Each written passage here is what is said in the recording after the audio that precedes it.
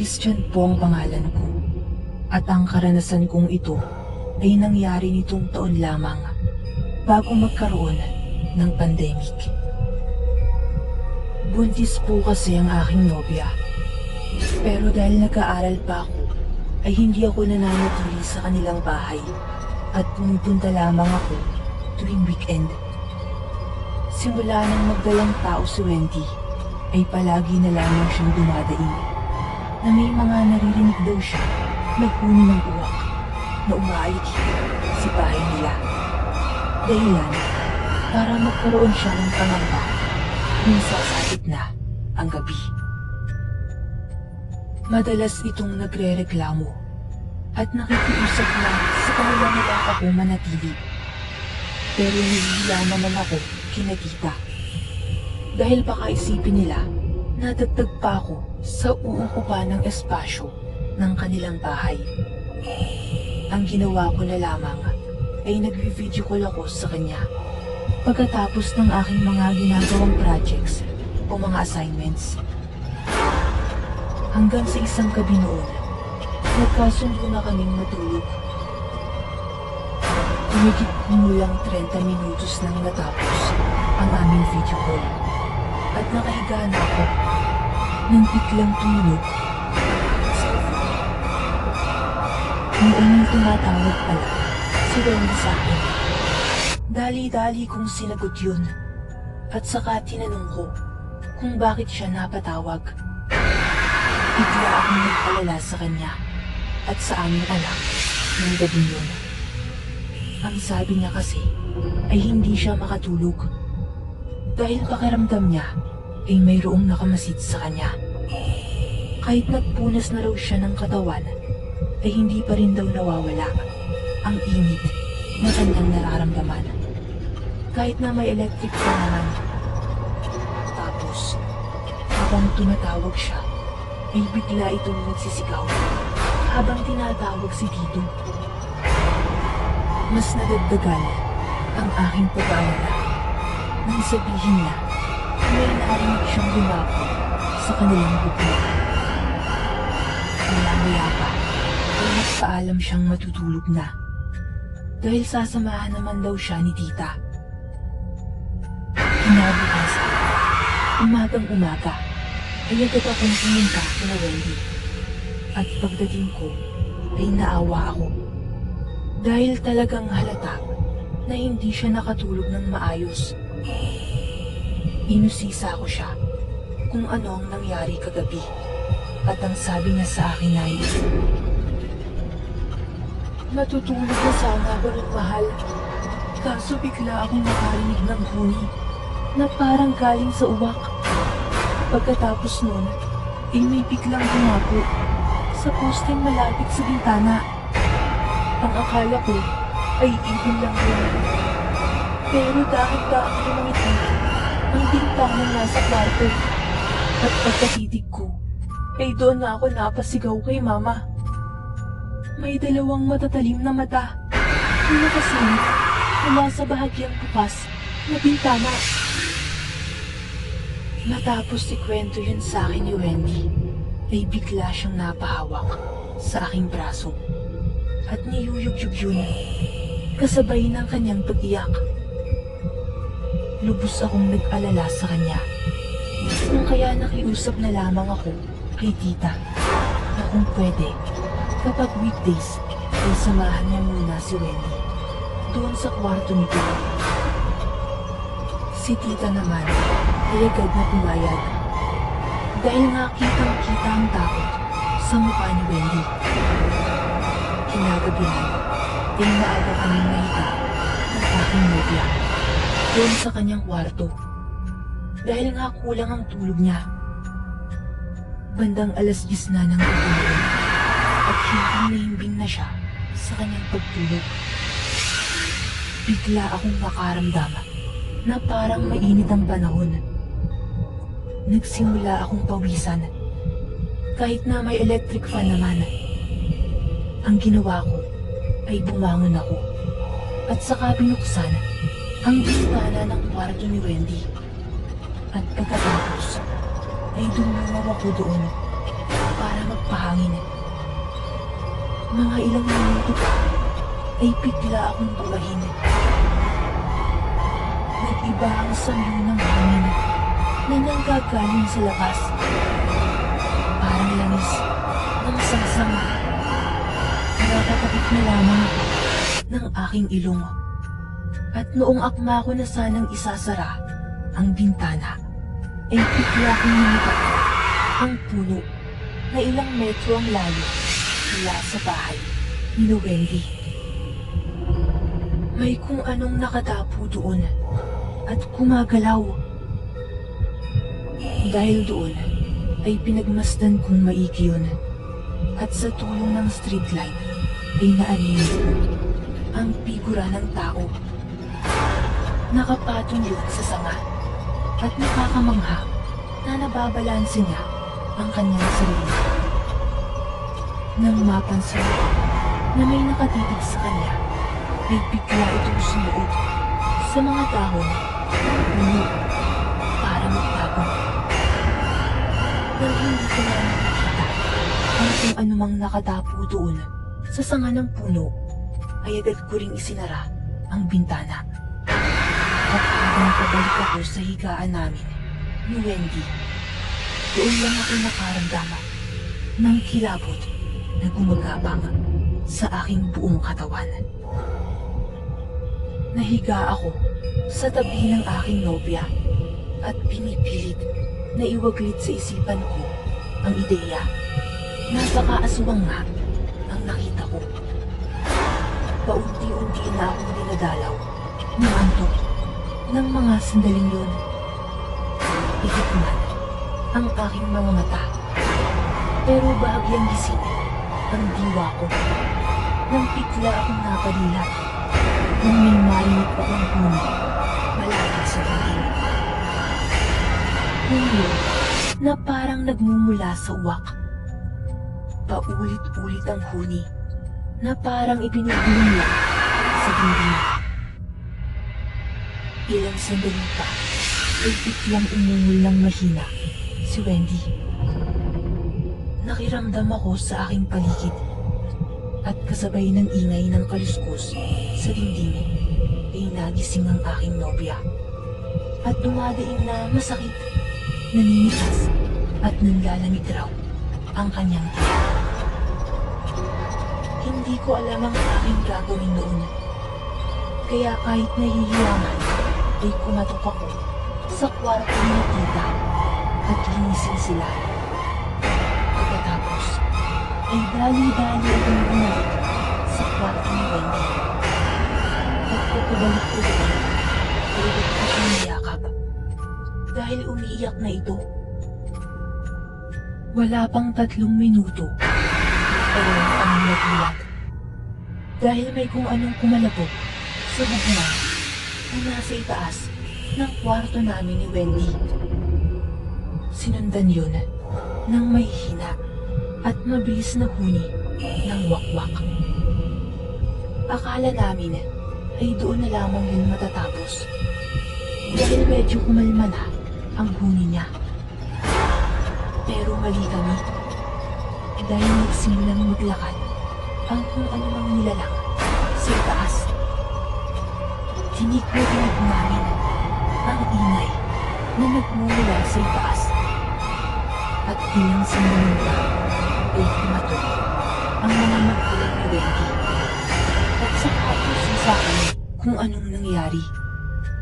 Ang sabi namin ay mayroong bumisita sa anak nila. At sigurado kami na aswang yun. Sa galit ng tatay ni Wendy ay agad itong lumabas, dala ang flashlight at itak niya. Sumunod naman ako sa kanya, samantalang si Wendy at si tita naman ay naiwan sa loob ng bahay nila. At pagkalabas namin ni Tito sa kanilang bahay ay agad niyang inilawan ang itaas ng bubungan. Gulat na gulat kaming dalawa dahil ang akala namin ay pusa o kaya ay malaking ibon ang aming makikita doon. Yun pala ay isang nilalang na parang kulamis ng Jungko. Nakapal ang balahibo niya na kulay itim at ang kanyang mga mata ay nanlilisik. Ang pinagtataka lang namin ay kung Jungko ngayon, bakit wala siyang dito? O kahit palatandaan lamang na mayroon siyang ganun. Sinigawan siya ni Tito na bumaba at harapin kaming dalawa. Pero parang blanco lang siya na humarap sa amin at tumitig ng kay tagal. Muli siyang sinigawan ni Tito at sakay tinuro siya gamit ang itak. Pero tumayo lamang ito at saka naghanda sa paglundag. Ang akala namin ni Tito ay sa amin siya lulundag. Pero nabigla na lamang kami nang sa isang kisak mata ay nawala ang nilalang na nasa itaas ng bubungan. At ang tangi naming nakita ay isang napakalaking ibon na lumipad ang mababa papunta sa punong mangga na nasa kabilang ayin. Nagmamadaling tinawag ni Tito ang kanilang kapitbahay para sana tugisin ang nilalang na yun. Pero hindi sila sumasagot. Marahil ay tulog na silang lahat. Bumalik na lamang kami sa loob ng bahay. Si Tita at Wendy naman ay nakahiga na at natutulog sa kama. Nakalanat pa siya kami ni Tito na nakatay na lamang habang umiinom ng alak. Habang umiinom kami, sa petsa ko, ay mga alauna yun ng daling araw. Bigla na naman nilabog ang aming bahay. Mayroong ibon na pumapagaspas ng kanyang backpack sa labas ng bahay. Kaya natigilan kami ni Tito. Lumapit siya at tumungaw sa may bintana. At napamura habang sinesenyasan ako na pumunta sa tabi niya. Nang makalapit ako kay Tito, ay agad din akong tumingala sa labas ng bintana. Nangatok ang aking mga tubod nang makita ko ang isang dambuhalang ibon. Namumula ang mga mata niya na nakatitig sa amin habang pumipirme sa ere at pinapagaspas ang kanyang mga pakpak.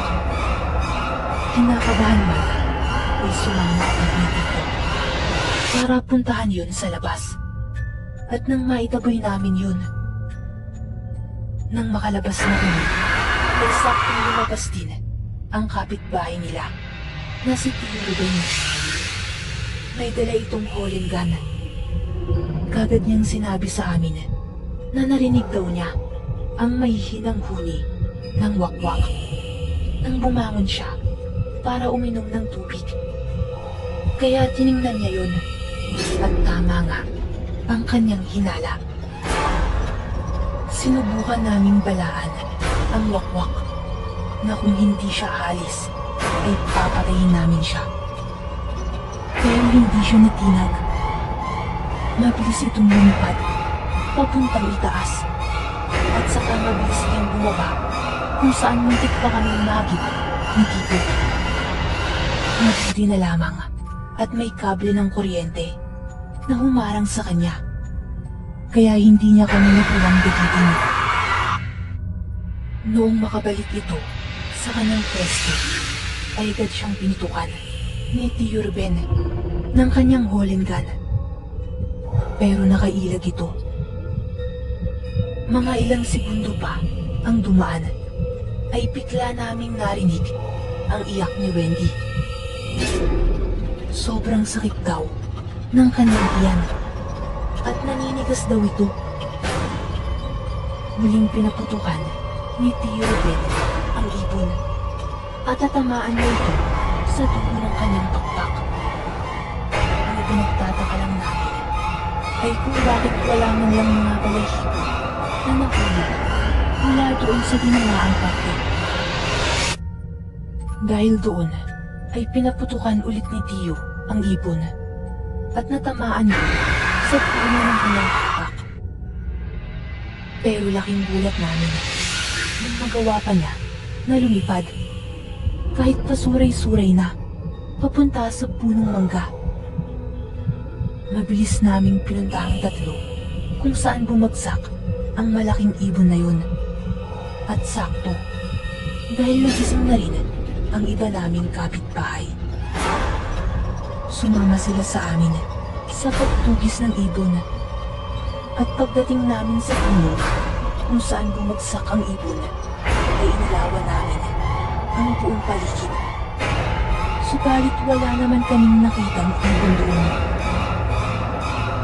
Pabalik na sana kami, pero bigla kami makarinig ng ingay mula sa mga dahon at sanga na parang niyuki. Inilawan ng mga tao ang itaas ng puno. Lahat kami ay halos hindi makapaniwala. Mayroong tao doon na nakakapit sa sanga at duguan ang kanyang kaliwang braso. Nakatitig lang siya sa amin at parang nag-iisip ng kanyang pwedeng gawin. Muli siyang binalaan ni Tio Ruben na papuputukan ulit. Pero parang hindi pa rin siya natitinag.